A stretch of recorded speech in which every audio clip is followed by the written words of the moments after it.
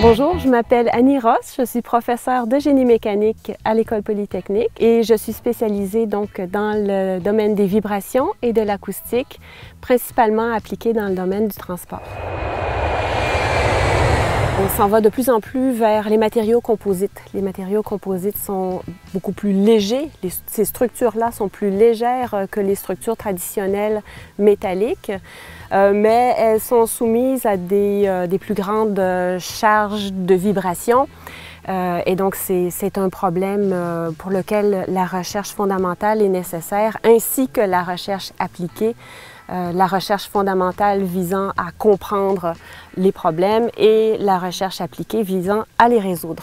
Je travaille sur un projet qui s'intitule « L'holographie acoustique en champ proche pour des signaux en régime transitoire ».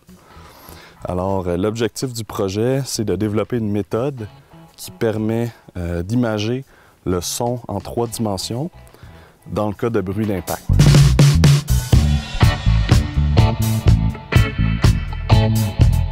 On voit ici qu'on a une ligne de microphone qu'on peut translater afin d'enregistrer le niveau sonore sur un plan parallèle à notre source, donc parallèle à la plaque.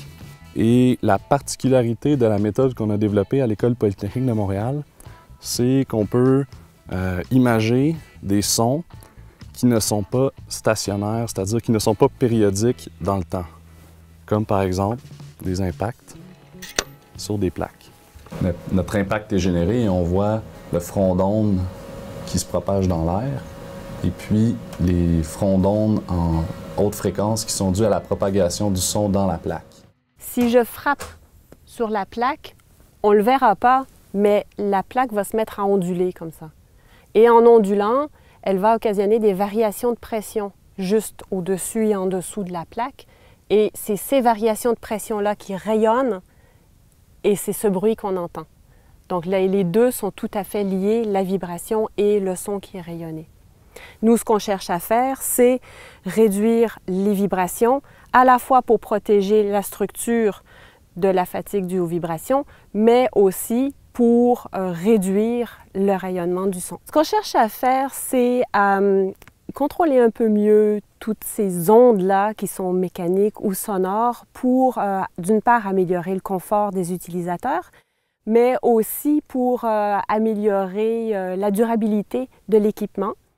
On sait que les vibrations, ça occasionne à la longue de la fatigue dans les équipements et évidemment, la rupture peut s'en suivre, ce qui est vraiment pas souhaité. Avec la motorisation, avec une interface utilisateur plus agréable, on aurait un produit qui serait plus accessible, plus facile à utiliser pour les futurs étudiants qui travailleront sur le projet aussi. Là. Oui, et éventuellement pour les partenaires industriels qui seraient intéressés à s'en servir et à le tester chez eux. Autre chose qu'on peut faire, et tu en as déjà montré une ouverture, c'est d'utiliser un système comme celui-ci pour qualifier, par exemple, soit des systèmes audio, des haut-parleurs de grande qualité. Lorsqu'ils sont vendus, ils peuvent être qualifiés grâce à un système comme celui-ci pour montrer aux clients potentiels, à l'acheteur, que la répartition du son du haut-parleur est de très bonne qualité. Ou encore, dans le même ordre d'idée, pour des instruments de musique qui seraient aussi de très grande qualité, le rayonnement de ces instruments-là pourrait être qualifié de la même façon avec un appareil comme celui-ci. Exactement. C'est quelque chose. Moi, ce que j'aime bien chez mes étudiants, comme Jean-Michel par exemple, c'est qu'ils ont leur propre bagage de connaissances, ils ont leur propre background. Celui de Jean-Michel est différent du mien et on se complète sur les travaux de recherche parce qu'on a des visions complémentaires et c'est ça qui fait que ça fonctionne. J'ai toujours été curieuse de nature. Ça date de ma petite enfance. J'ai toujours eu plein de questions, j'ai toujours voulu tout savoir, à tel point que parfois ça pouvait même irriter mes parents. J'ai souvent entendu mon papa me dire « Annie, tu poses trop de questions ». Alors aujourd'hui, j'ai des questions et j'ai les moyens d'y répondre. On fait de la recherche pour ça, parce qu'on est curieux, parce qu'on a envie de savoir, parce qu'on a envie de développer et aussi parce qu'on a envie de partager nos connaissances. Et c'est important.